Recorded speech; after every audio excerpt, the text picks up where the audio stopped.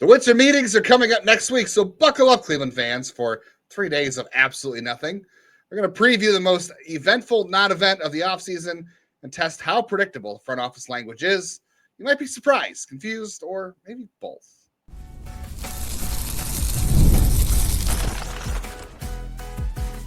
You are Locked On Guardians, your daily podcast on the Cleveland Guardians. Part of the Locked On Podcast Network, your team every day. I know the winter meetings are coming because winter hit Cleveland very hard overnight. What's up, guys? Got a snow day out of it.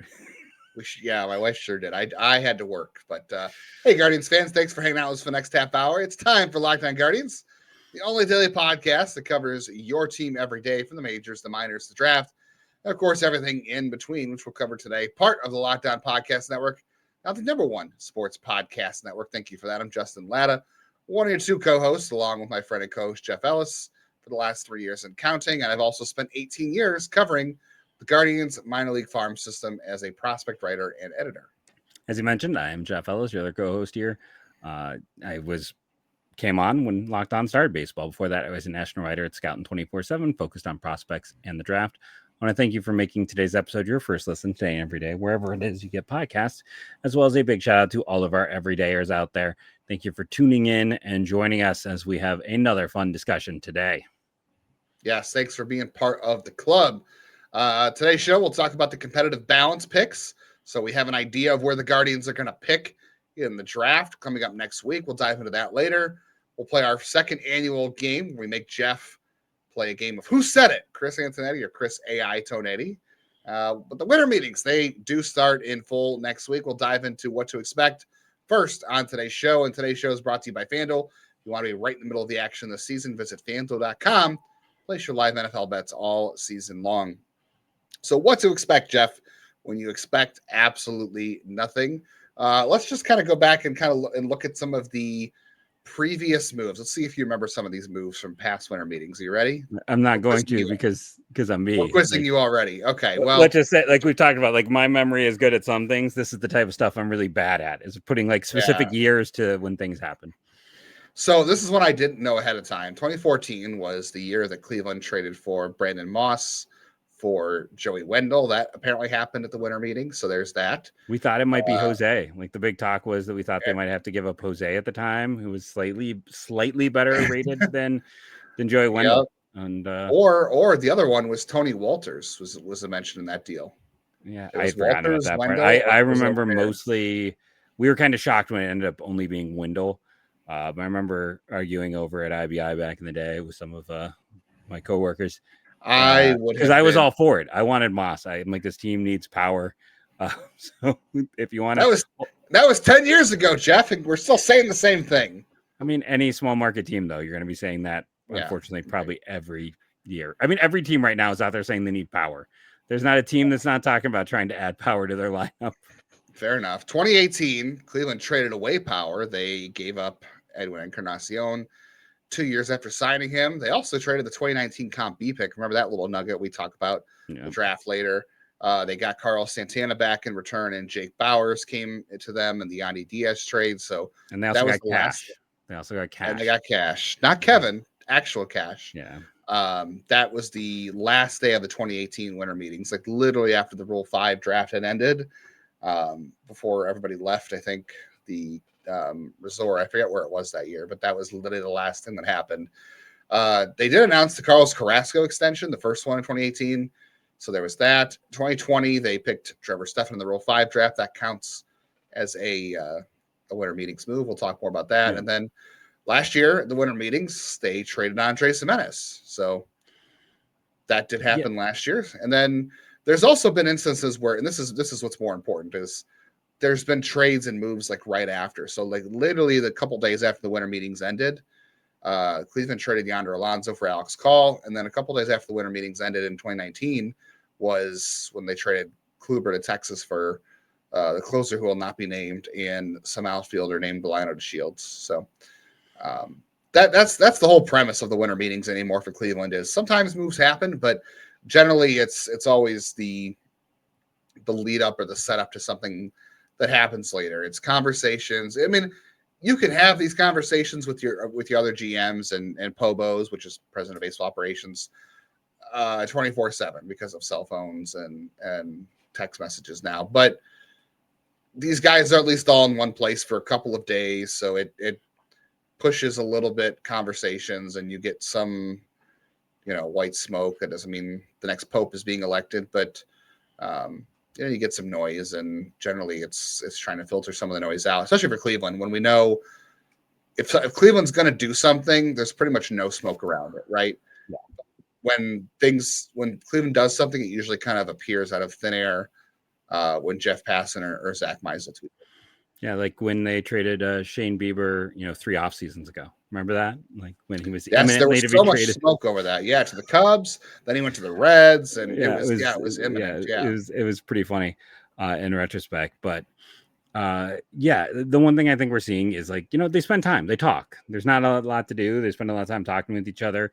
They kind of get a lay of the land. That's the one nice thing too, is like, when you're doing phone calls, you're, as opposed to seeing someone in person, is like there's sometimes not as much as you can do. You can get more done or do kind of quicker bits with it. So they do tend to use that time and then see if there's a deal to be made. Like if they're, intent on moving someone, they've got the time to like, it's not, you're just going to randomly run into each other at points. So it's also like just continuing conversations in that way. So we do see those, like the Jimenez deal breaking after the draft lotto, like, which is what will happen. You said the draft will be next week. I'm sure someone's going to put that in the comments, but the draft lotto is what's next week at the start. So that's what we'll see. Like, there's a good chance they'll make a move. Historically, it's like since they made one last year, it's like every other year. So maybe they won't this year.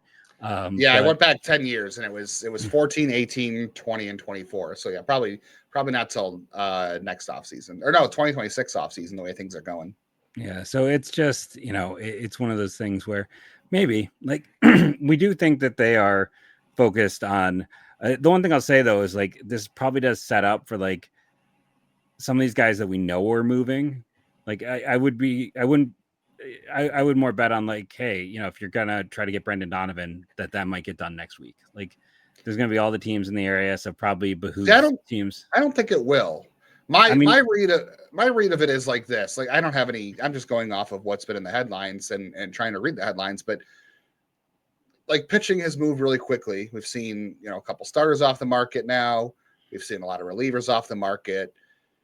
I think if you're looking, Cleveland keeps saying, like, we know where we sat in offense last year. We know we need to improve offense.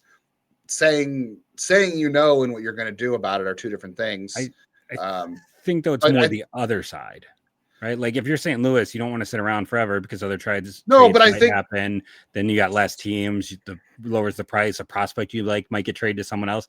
I think it behooves St. Louis honestly to move the guys they want to move. That's why they jumped on Sonny Gray, right? You want to move these players early so you can. Yeah, but Cleveland's not a fast mover. That's the thing. They're not. Cleveland's so then they're going to be left out in the cold on some of these guys unless they're willing to react and move. It could be. But I do wonder, like, does Pete Alonso have to come off the board?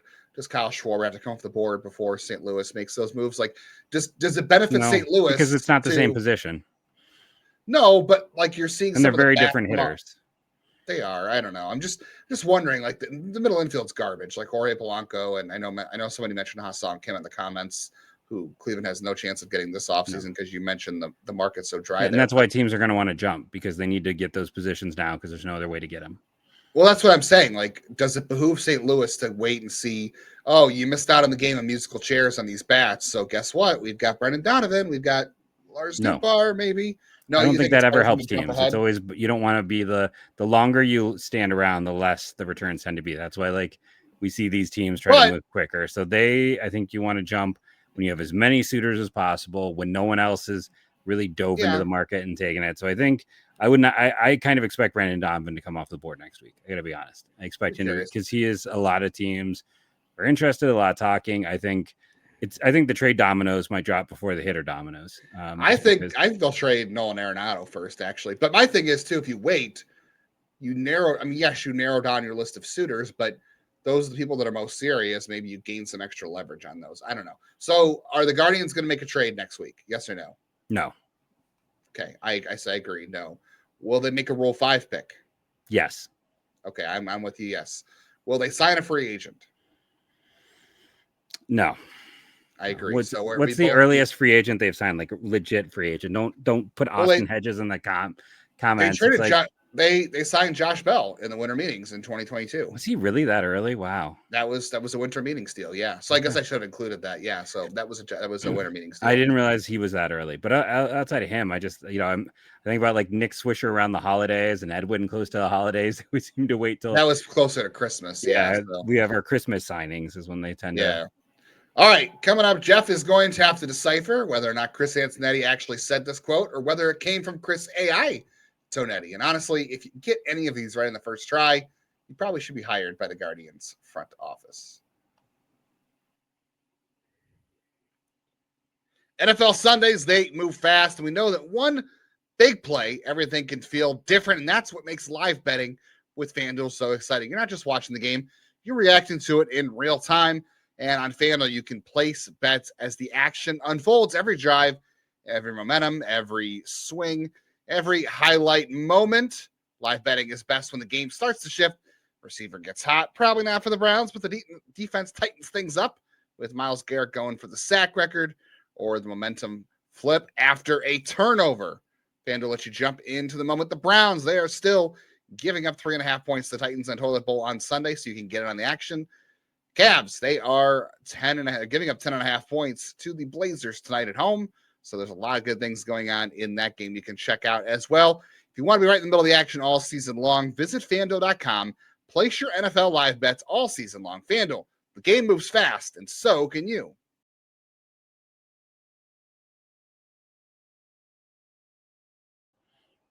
As always, thank you for making Locked On Guardians your first listen today and every day wherever you get podcasts. We love being part of the routine. We love this community, talking Guardians baseball with you all off season long, rain, sleet, or snow. We're like the mail that way. Even bigger thank you to everybody who made Locked On the #1 sports podcast network. We're only here because of you, literally. Keep up to date with all things. Yeah, I'll keep up to date with the Guardians all off season long with us. Hit the bell on YouTube so you get notified of the newest episode like this one going live, or get notified of that breaking news that's going to happen next week at the winter meetings when Jeff and I react to that breaking news. Or you can download us wherever you get podcasts. All the audio platforms, we're free everywhere. Keep the show in your feed no matter what, all off-season and holiday season long. It's a great way to support the show. All right, it's time to make Jeff confused, which is sometimes not hard to do, if we're being honest. Sorry, Jeff. Especially on a night where I didn't get a ton of sleep. I'm operating at about 70% of normal. So, yes. I think you got a better chance this year. Last year, I want to say I had like 80 or 90%. You were like 4 out of 5 last year. Yeah, so you did pretty good. All right. Play along with Jeff with Chris Antonetti. Did he say it? Or was it Chris AI-tonetti? First quote. There are always opportunities, but it's hard to know which ones will actually materialize. God, that's so vague. I mean, anyone could have said that, from like Julius Caesar to like Chris Martin Luther King. Like, it's just, that is like the vaguest statement I've ever had to guess at with this. I'll say yes, because this organization likes to be vague. Yes. So yes, I'm going to say yes. Yes. Yes. The real one said it. You're saying it's Chris Antonetti? Yeah. I mean, it feels a little like bland for them, but I don't know. We do know that they like to, Nope. Jeff is 0 of 1. That was Chris AI-tonetti, unfortunately. All right. Yeah. It's just too basic, I guess, in the end. We've been in touch with quite a few clubs. At one point today, I thought we were close to something, but it turned out we were all just trying to figure out who ordered lunch that got delivered to the wrong suite. Once that was resolved, we agreed to revisit the actual baseball conversation at a later time. That's the kind of cadence things here. Mix of logistics, speculation, and occasionally transactions. I'm going to say no. But that's the AI. That's the AI. Are you sure? Is that your final answer? That's my final answer. It's too specific for what they would ever tell you. All right. Good. I've been in press conferences with him. If you get more than 3 sentences, you've done a good job. This is true. We do feel good about the group of guys we have. Not only the guys returning, but about the guys we have at the upper levels of the minors. That's it. That's the real one. That is Chris Antonetti from the 2015 Winter Meetings, believe it or not. Oh, wow. I was going to say last year. No, it's 2015. I was way back. All right. So we've explored possibilities across the field, infield depth, outfield options, additional pitching. Our focus remains on finding the right fit rather than reacting to the pace of the market. We understand fans look for movement during the meetings, yet the reality is that most productive discussions, from our perspective, don't lead to immediate headlines. What they do is help us define our evaluations so that when the situation does materialize, we know where we stand and what we're comfortable doing. That's AI. That's AI? Yes. All right. Jeff is cooking with gas here. He's 3 of 4 after the it's again, they would never give you that much information, and they'll never talk about what the fans want. So this is true. This is true. Yeah. The fans. Every day it's literally hundreds of exchanges, whether it's meetings, phone calls, or text messages. I say that one's real. You sure that one's real? I think so. Wow, Jeff is just cooking with gas here. He knows Chris Antonetti better than his own wife and kids at this point, honestly. I've been doing as much as people are like, what qualifications do you have for this podcast? I'm like, I've been doing it for 6 years. Like I've been listening to the press conference. That's the qualification. We listen. Yeah. Right. That's literally it. One thing we do is try to stay disciplined. You hear a lot of momentum. Someone talk to someone, and it creates that sense of urgency. Something's happening. Our approach is to filter that out. If there's a great opportunity that aligns with our values and our long-term goals, great. If not, we're comfortable acknowledging that most productive decision is to do nothing and let the rumor mill tire itself out. It's the first one I'm kind of going back and forth on for a while. I've been kind of doing rapid fire. I actually think that this is AI as well. I'm going to settle with AI. All right. Jeff set the expectations low, saying that he was not going to get anything, but he's 5 of 6 now. I'd love to tell you that we're on the verge of something, but that would be news to us. I'm going to say that one's real. You think that's Chris Antonetti? Yes. You were doing so good. That is not Chris Antonetti. That was Chris AI-tonetti. Feels like one of those joke comments they would make in a press conference, like to lead. Like someone asks a poor question. Like I'm not going to say any names. We Justin and I could probably think of a few. There's a lot of great people. Let me start by saying that there's a lot of fantastic, but it's a big group whenever anything like this happens, and you'll get some really out of left field questions. So yes, there are some good ones. Yeah, and Chris, he will throw some humor in there as well too. Which is what that kind of reminded me of. And it's usually pretty high class humor too, so it's not insulting anybody, but it's poking a little bit of fun. Oh yeah. All right, let's go with the next one here. We are not in a position to just see. Oh, let's see how it goes, right? Because we feel like we've got a team that's capable of competing. Wait, I lost part of that. Can you repeat it? I'm sorry. We're not in a position to just let's see how it goes, right? Because we feel like we've got a good team that's capable of competing. Just the beginning of the wording feels awkward. So I'm going to say it's AI. You're going to say it's AI? Yeah. That was Chris Antonetti in 2022 saying that they felt like they had a team. That was winter of 2022. So that was coming off of the division title run. He felt like they had a team that was capable of competing. Well, now I'm falling apart. You are falling apart. The last two have been bad. All right, we'll wrap it up with these couple more. I've gotten 3 texts since we've been here. We've talked to 22, 23 teams, maybe not necessarily about starting pitchers, but about some type of deal. I'm going to say that one's AI. I feel like it's got too much specificity. Oh, I would agree with you, but that was Chris Antonetti in 2015 when everybody thought they were going to trade starting pitcher at the winter meetings. So you never know. All right, this is the last one. I'm going to add. This is a 2-parter, so let's get this one out of the way. It's a work in progress. How do we position him? I'm not going to say a player. How do we position him and the team for success? Individually, making sure he's prepared as possible for when an opportunity is here to come up and contribute. And then on a team level, one of the things we continue to wrestle with is we look at our planning. What do we start to plan for him? We feel that it would be accelerate his readiness to transition into role. Is it fair to see that happening on opening day next year? I'm not sure. Is it some point during the season? Hopefully. When is hard to predict. There's some awkwardness in that one again that makes me want to say it's not them.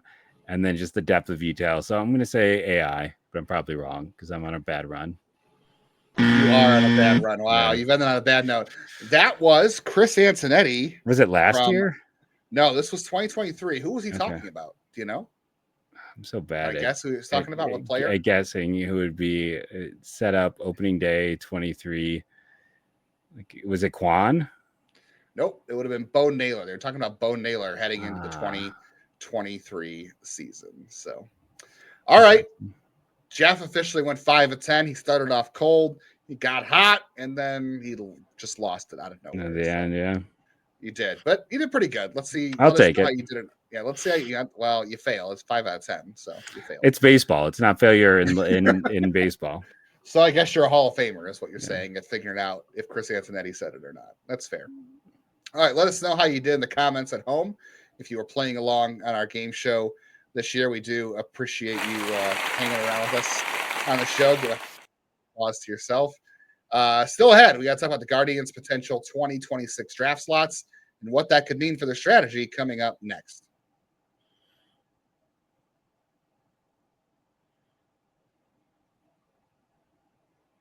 Winter meetings or any sort of meeting. If you need more Guardians baseball talk, hang around with us during the offseason. Follow Jeff at Jeff MLB Draft everywhere, myself at JL_baseball or JL Baseball. You can also join the Locked On Guardians Insiders Club as well. That is joinsubtext.com/LockedOnGuardians. We're texting with the community daily, dropping news, rumors, anything we hear. And we do mailbags, which we'll do this Thursday with our insiders, as well as monthly video chats. Got to set that up. And occasionally some bonus content. So come over and hang out with us there. And then next week we'll have another great offer coming out for all the everydayers and the insiders who want to be part of the club. So, all right, Jeff. So we did see a little bit of news. You and I were talking about this off air yesterday, and news broke today that the competitive balance picks are out. So Cleveland has the first competitive balance pick in Comp A round, which is great. We don't know how things hold with the lottery just yet, but you want to go through. I'll give you some money and some. You can give us the players. I'll give you some money, because I think the big deal here is how those slots affect their bonus pool. You know, I think that's. I went through the history and just kind of looked at like what was the money associated with that slot and how is that going to affect the overall pool, because ultimately that's going to affect how they proceed with those picks. Yeah, and it's actually pretty hard to find this data. And I know, I like using Tankathon for just like seeing, records and things like that. But when I was doing my mock, and I did it successfully at Cleveland at 19 in my mock, I went to a lot of places to figure out how you break it down. So just to explain all of this and how all of this stuff breaks down, let's start with why they're picking 19, even though they have a higher win percentage than. Actually, the teams picking after them have higher win percentages, but even though they were a division winner as opposed to other things, because it's the record for based on kind of like your tier of spending. So if you're the small market team, Cincinnati and Cleveland are, the team with the worst record picks higher. And then you have San Diego and Boston, who both spend it at the higher rate.